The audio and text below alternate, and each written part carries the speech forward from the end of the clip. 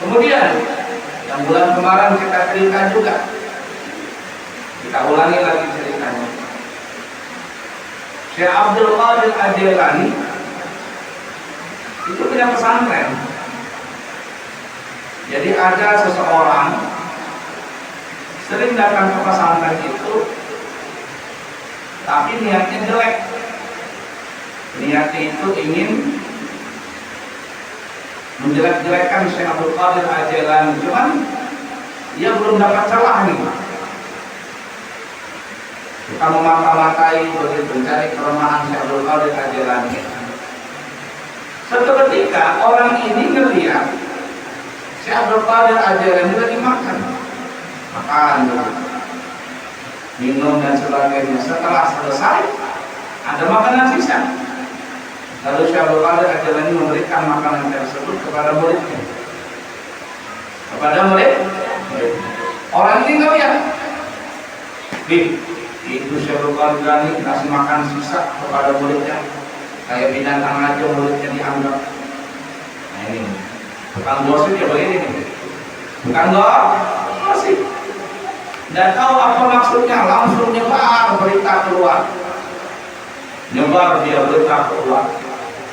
Nah, salah satu yang dia sebarkan berita itu kepada santri yang anaknya belajar di tempat Syekh Abdul Qadir Al-Jilani yang diberi makan sama Syekh Abdul Qadir Al-Jilani tadi, dikasih sama makanannya.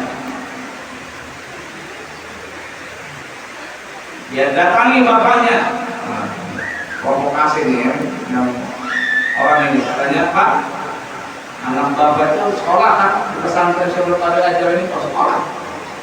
Saya tuh melihat Pak, anak bapak itu dikasih makanan sisa. Dikasih makanan sisa sama Syekh Abdul Qadir Al-Jilani. Bapaknya ini nggak terima. Wah, benar kan? Langsung marah-marah. Ada provokasi. Bapaknya ini tidak ada cek and dicek, langsung datang kepada Syekh Abdul Qadir Al-Jilani. Marah-marah di depan Syekh Abdul Qadir Al-Jilani, tidak terima anaknya dikasih makanan begitu. Padahal Syekh Abdul Qadir Al-Jilani itu memberikan makanan sisa itu karena di situ ada bakat. Kata Syekh Abdul Qadir Al-Jilani, wahai bapak, sudahlah gini aja, silakan anak bapak itu bawa pulang, ajarkan saja di rumah sendiri. Sambil ngomel-ngomel bapaknya ini marah-marah, dia angkat anaknya pulang. Ketika sampai di rumah, si bapak ini penasaran, benar nih anak saya belajar atau tidak? Lalu bapaknya nanya tentang hukum A, jawabannya dijawab sama anaknya benar. Hukum D dijawab sama anaknya benar. Tanya mengaji bisa, semuanya bisa. Kata bapaknya, ini berarti anak saya di pesantren bukan dijadikan budak, belajar. Wah, saya kena prank nih sama orang yang suka menyebar berita gosip nih. Nah, dia akhirnya apa? Dikembalikanlah anaknya. Bapak ini kembali ke pesantren kepada Syekh Abdul Qadir Al-Jilani. Kata dia, ya Syekh Abdul Qadir Al-Jilani, saya minta maaf kemarin saya marah. Ternyata anak saya ini belajar aja di pesantren. Kata Syekh Abdul Qadir Al-Jilani, bukannya saya tidak mau terima anak bapak lagi kembali ke pesantren, tapi masalahnya ghallaqallahu qalbah, Allah telah menutup pintu anakmu gara-gara perilakumu yang tidak baik dengan kuat. Gara-gara perilaku orang tua yang tidak sopan dengan guru anaknya, maka anak jadi korban. Anak jadi korban. Nah, oleh karena itu, kalau kita punya anak sekolah di pesantren, kalau ingin berhasil anak itu, maka anaknya harus betul-betul belajar dan orang tuanya betul-betul ikhlas memberikan kebebasan kepada gurunya untuk mendidik anak tersebut. Ada seorang guru mengajar anak raja, namanya anak raja, Ya dia mari anak raja. Suatu ketika ya ini sang guru ini memukul muridnya tadi, padahal nggak ada nakal, tidak bandel, diam-diam saja begitu. Lalu gurunya ngambil rotan, dia pukul muridnya. Tak boleh. Muridnya ini ada dalam hati protes, kenapa saya dipukul? Saya nggak ada salah. Kenapa saya dipukul? Gurunya pun diam, tidak ada respon apa-apa. Cuman murid ini dia ada kesel dengan gurunya. Sampai akhirnya murid ini pun kesal, bapaknya yang seorang raja itu meninggal dunia. Digantilah raja tersebut oleh anaknya. Setelah anaknya jadi raja, yang pertama kali kebijakan dia itu dia panggil gurunya dulu, panggil guru dulu yang ngajarin aku. Gurunya datang dengan tenang begitu di hadapan muridnya, karena muridnya sudah jadi raja ya, gurunya khawatir.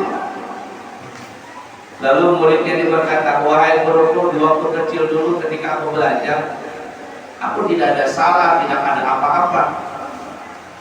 Tapi kenapa tiba-tiba engkau memukul aku?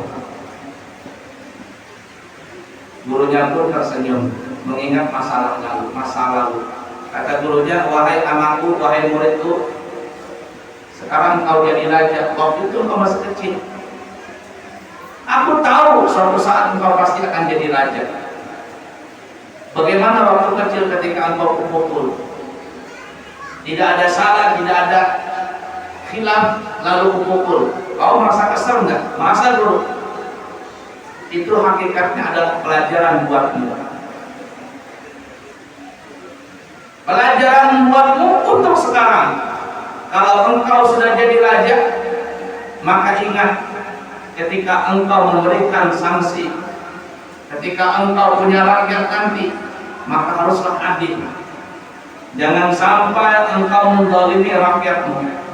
Kalau kau saja tidak ridha, kau dipukul tanpa ada salah, maka begitu juga ketika engkau jadi raja, maka jangan berbuat salah dengan rakyatmu. Maka sang raja ini pun menyadari pelajaran yang dia tidak mengerti. Dengan cara gurunya memukul tadi, ternyata itu adalah pelajaran mental kepada murid bahwa nanti kalau dia jadi raja, jangan berbuat zalim kepada rakyat. Maka sang raja ini pun turun dari singgasananya, lalu dia mencium tangan dan kaki gurunya. Dia bilang, terima kasih dulu, engkau telah memberikan pelajaran kepadaku yang dulu aku tidak mengerti, sekarang aku jadi mengerti. Nabi kita Muhammad SAW, sebelum beliau menjadi Nabi dan Rasul, beliau itu sering sekali bermunajat, berkhalwat di Jabal Nur, Gua Hira. Kadang seminggu, kadang 2 minggu. Kalau bekal habis, beliau kembali ke rumah Siti Khadijah. Siti Khadijah menyediakan makanan, minum. Setelah siap berangkat lagi Nabi kita Muhammad SAW. Dan tepatnya pada saat tanggal 17 Ramadan, malam 17 Ramadan, malaikat Jibril datang dengan bentuk yang asli. Nabi kita Muhammad SAW melihat Jibril tadi. Lalu Jibril berkata, ya Muhammad, Iqra. Dari mana Jibril tahu nama Nabi Muhammad? Padahal Nabi Muhammad belum bertemu dengan Jibril. Tapi Jibril tahu. Nabi Muhammad berkata, dari mana bisa tahu nama aku? Iqra ya Muhammad. Bacalah wahai Nabi Muhammad. Maka Nabi Muhammad berkata, ma ana bil qari. Aku tidak bisa baca. Maka Jibril alaihissalam pun memeluk Nabi Muhammad dengan bentuk Jibril yang mesti peluk Nabi Muhammad dengan sayapnya. Sampai-sampai dikatakan Nabi Muhammad itu susah bernapas. Setelah itu dilepaskan lagi Nabi Muhammad, bisa bernapas lagi. Lalu Jibril berkata lagi, "Iqra ya Muhammad, bacalah wahai Nabi Muhammad." Lalu Nabi Muhammad berkata, "Ma ana biqari'in, aku tidak bisa baca." Karena Nabi Muhammad adalah an-nabiyul ummi, nabi yang tidak bisa membaca dan tidak bisa menulis. Gelarnya al-ummi. Didekat lagi Nabi Muhammad pakai sayapnya Jibril sampai susah Nabi Muhammad itu bernafas. Kemudian dilepas lagi. Jibril berkata lagi, "Iqra ya Muhammad, bacalah wahai Muhammad." Nabi Muhammad berkata, "Ma ana biqari'in, aku tidak bisa baca." Dipeluk lagi Nabi Muhammad sama Jibril sampai Nabi Muhammad susah bernafas, lalu dilepaskan kembali. Setelah itu baru Nabi Malaikat Jibril berkata, "Iqra bismi rabbikal ladzi khalaq, khalaqal insana min 'alaq, Iqra wa rabbukal akram, alladzi 'allama bil qalam, 'allamal insana ma lam ya'lam." Sampai di situ ayat. Nah, maka resmilah Nabi kita Muhammad SAW diangkat menjadi Nabi dan Rasul. Para ahli tasawuf mengatakan, para ulama mengatakan, Jibril itu kan adalah gurunya Nabi Muhammad.